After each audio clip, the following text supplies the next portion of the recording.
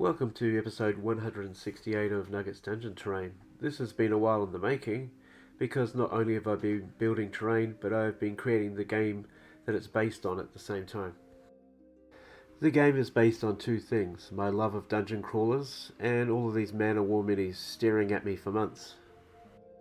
So I decided to create a game that's something like Warhammer Quest meets Man of War. The adventuring heroes are a little like the normal dungeon archetypes, just the seabound version. The Norse longship is the barbarian.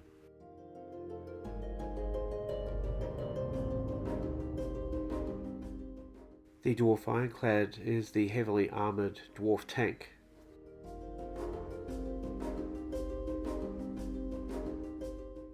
The war galleon is the fighter. The high elf corvette is the ranger.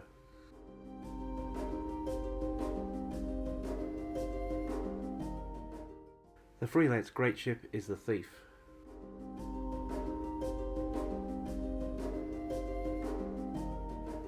And the dwarf hunter-killer is a submarine. It's the assassin of the party. There's no shortage of large enemies.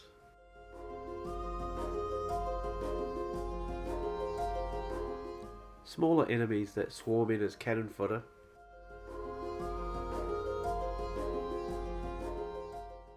And all manners of sea monsters. Many of these from Man of War, but others that I've just created to add to the range of monsters. Plenty of special crew, provisions, weapons, upgrades and armour for the different ships. Event cards that are applied, pretty similar in the way that they are in Warhammer Quest.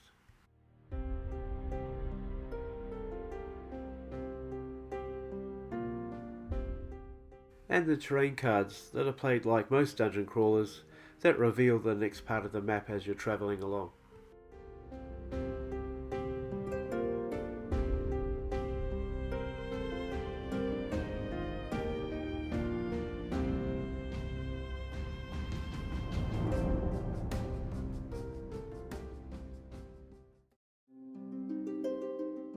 So that brings us to the crafting section. So here are some 1 centimeter thick 5" by 5" tiles that are going to be turned into the basic water terrain.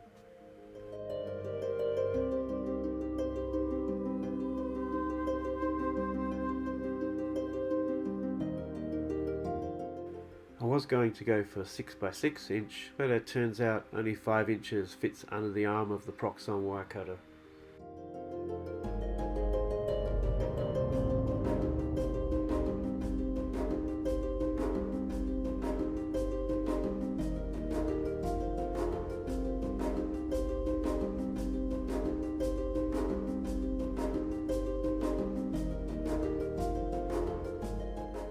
I chose a variety of rocks with long sharp edges. As I ran the texture in, I only went in one direction, and this was across the diagonal. This is going to represent the waves and the troughs of the swell.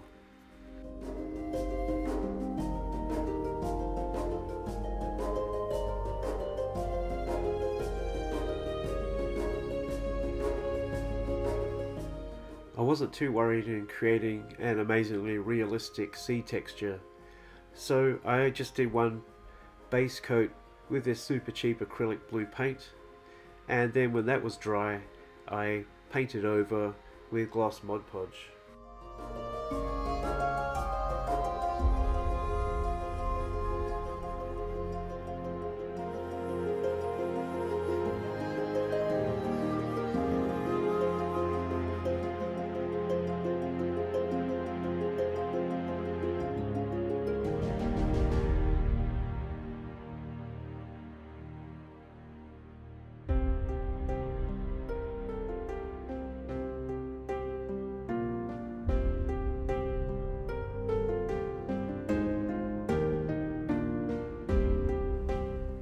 What you see me making here is the dormant volcano, but basically the same technique is used to make all the different pieces of terrain.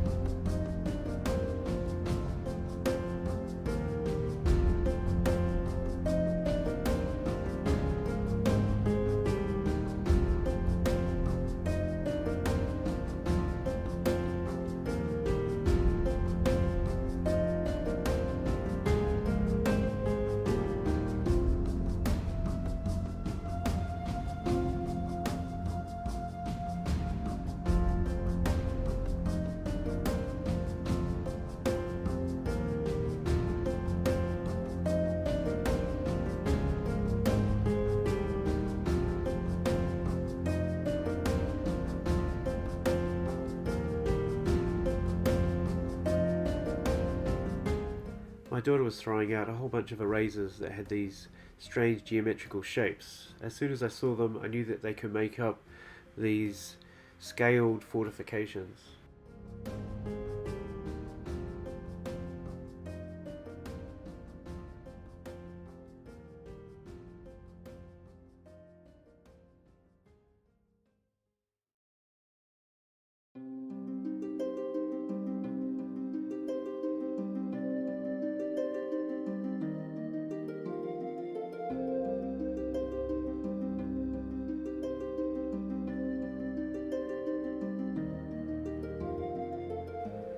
These parapets or wall crenellations are just extra thin slices of XPS foam, and I just kept tapping against the hot wire to make the indentations.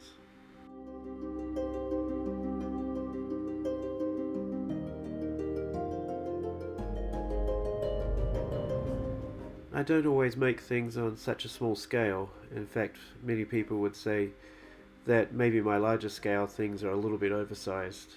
So it was interesting working on a much smaller size. I knew straight away that one of the things I had to focus on was building less detail and just making sure the detail I did add explained what the object was.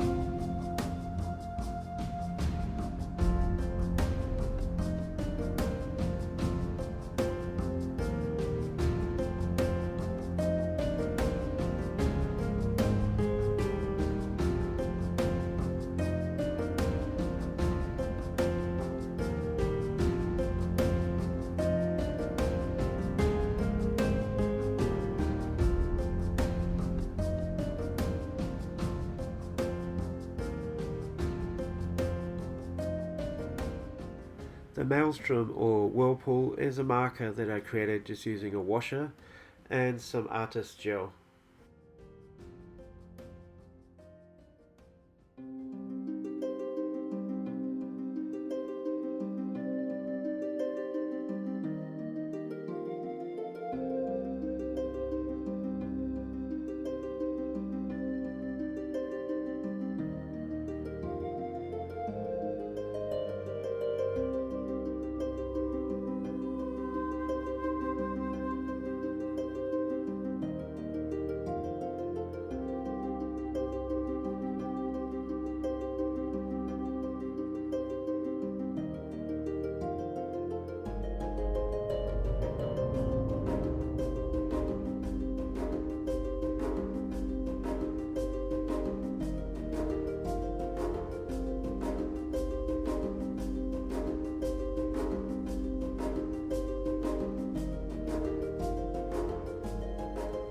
The water spout is created using polymer clay.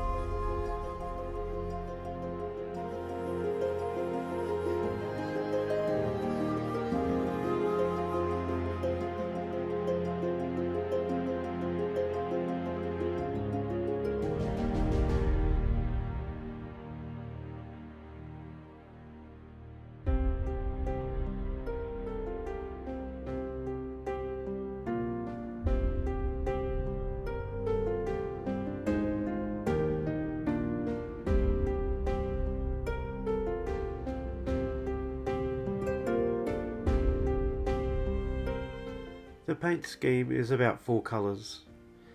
Each one is painted black and then brushed over heavily with the grey. Then I dab green and brown into different areas. I dab green in particular around the waterline.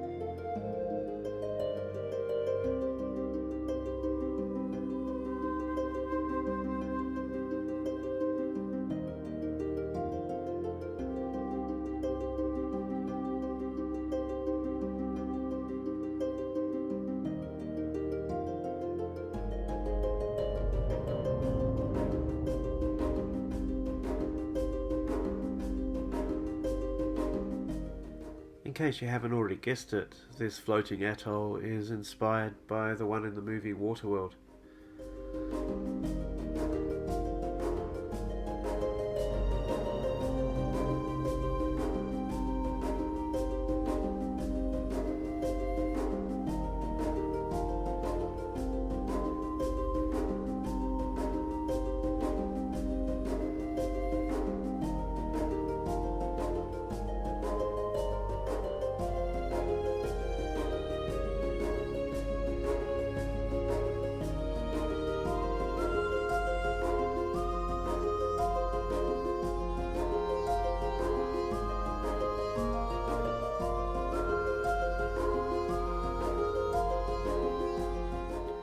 This video shows how the game might be played out. Ships move to an edge and explore, reveal a new section, which will inevitably contain maybe some kind of terrain, and almost definitely some kind of opposition, in this case a couple of sea monsters.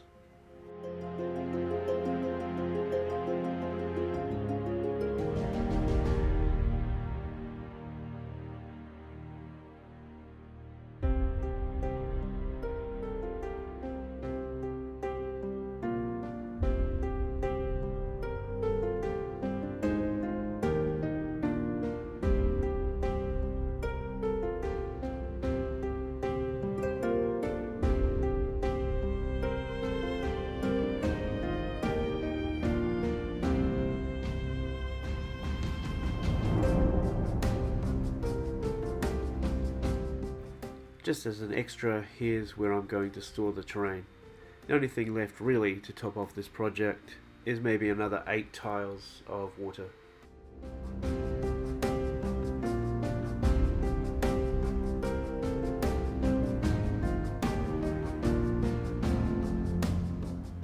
So thanks for watching, and hopefully you found this interesting, if not a little different. I've also created some additional sea monsters and ships, so I might add that to the next episode. See you then.